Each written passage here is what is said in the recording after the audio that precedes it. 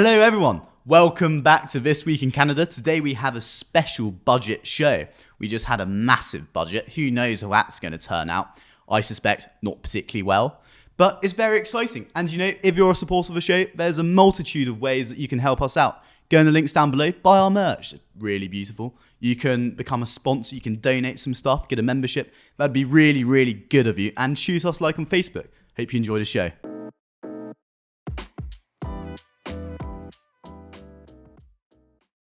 Hello everyone, welcome back to This Week in Canada Extra. We've got an exciting episode for you today, and that's because we just had the budget.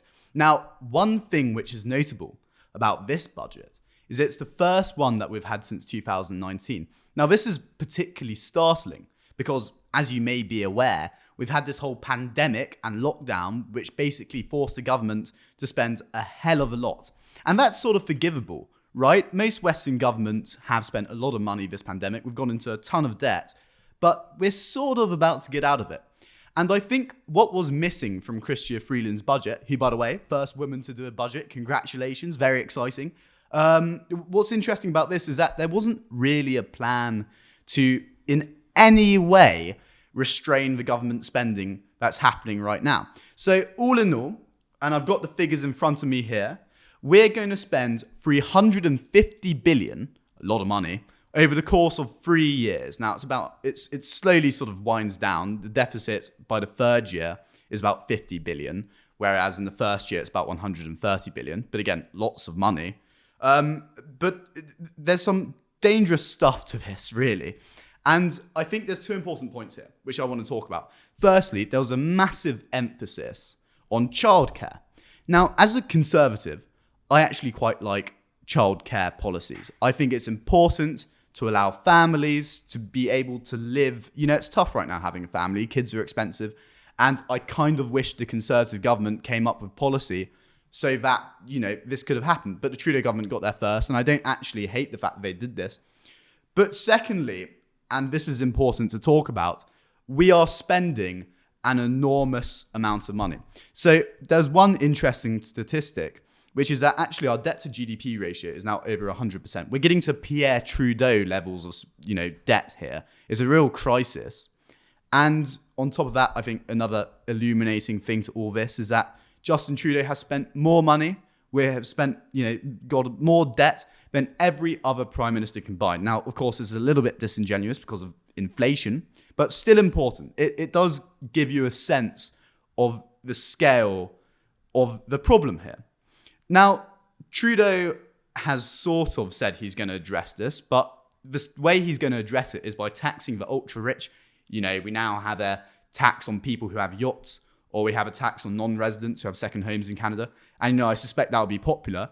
And we also, which I'm kind of sad to admit, have a tax on vapes. What's going on with that? So that's going to be more expensive for me. Maybe I have to quit and move on to cigarettes or something like that.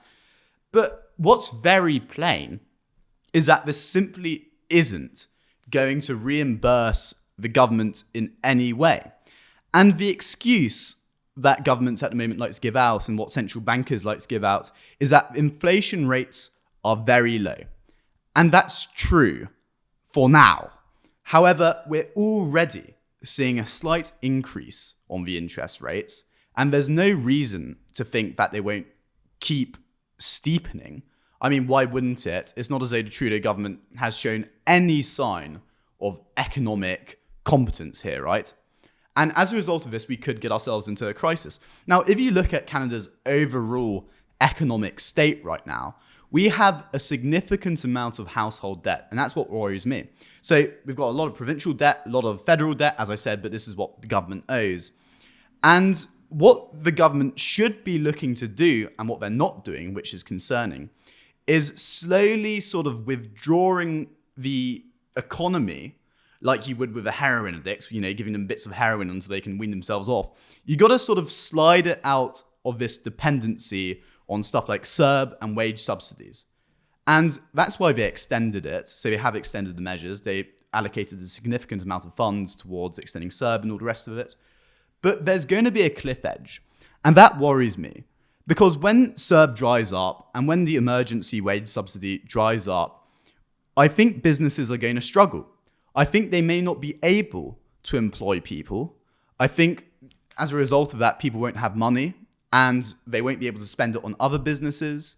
You know, if we look at the money that was actually sent out during this pandemic, most people just pocketed CERB and saved it in their bank accounts, which was the primary thing that they weren't supposed to do. I mean, that was the whole point of it. So that really concerns me. And I think, and perhaps this is just my typical conservative sort of fetishization of economic crises, but I think we're going to be in quite a bit of trouble. And what I'm hoping is that the Conservative Party can be a bit strict here. I think there's a narrative that exists within Canadian politics, which is essentially Justin Trudeau is buying votes with these massive budgets. I mean, it's almost vandalism. You know, he's throwing money out the window. He's sacrificing the future and even the immediate future for his re-election. That's not great.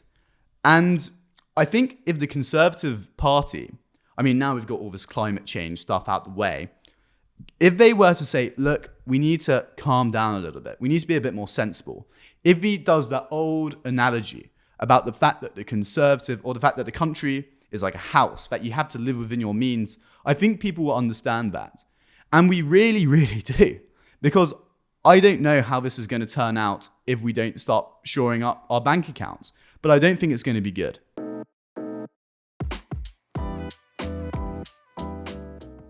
Well, everyone, that was a bit doom and gloom. I feel a bit like a dying duck in a thunderstorm, as Prince Philip would say. R.I.P. Miss him greatly already. You know, I'm not feeling terribly positive about this. Let me know what you think down in the comments. You know, this can't turn out well, can it? Remember, as I said, subscribe, like the YouTube video, really helps us out. Go buy some merch, as I said, really beautiful. And, you know, become a member of the Post Millennial. It really, really helps us out. Thanks so much, and I'll see you on Friday.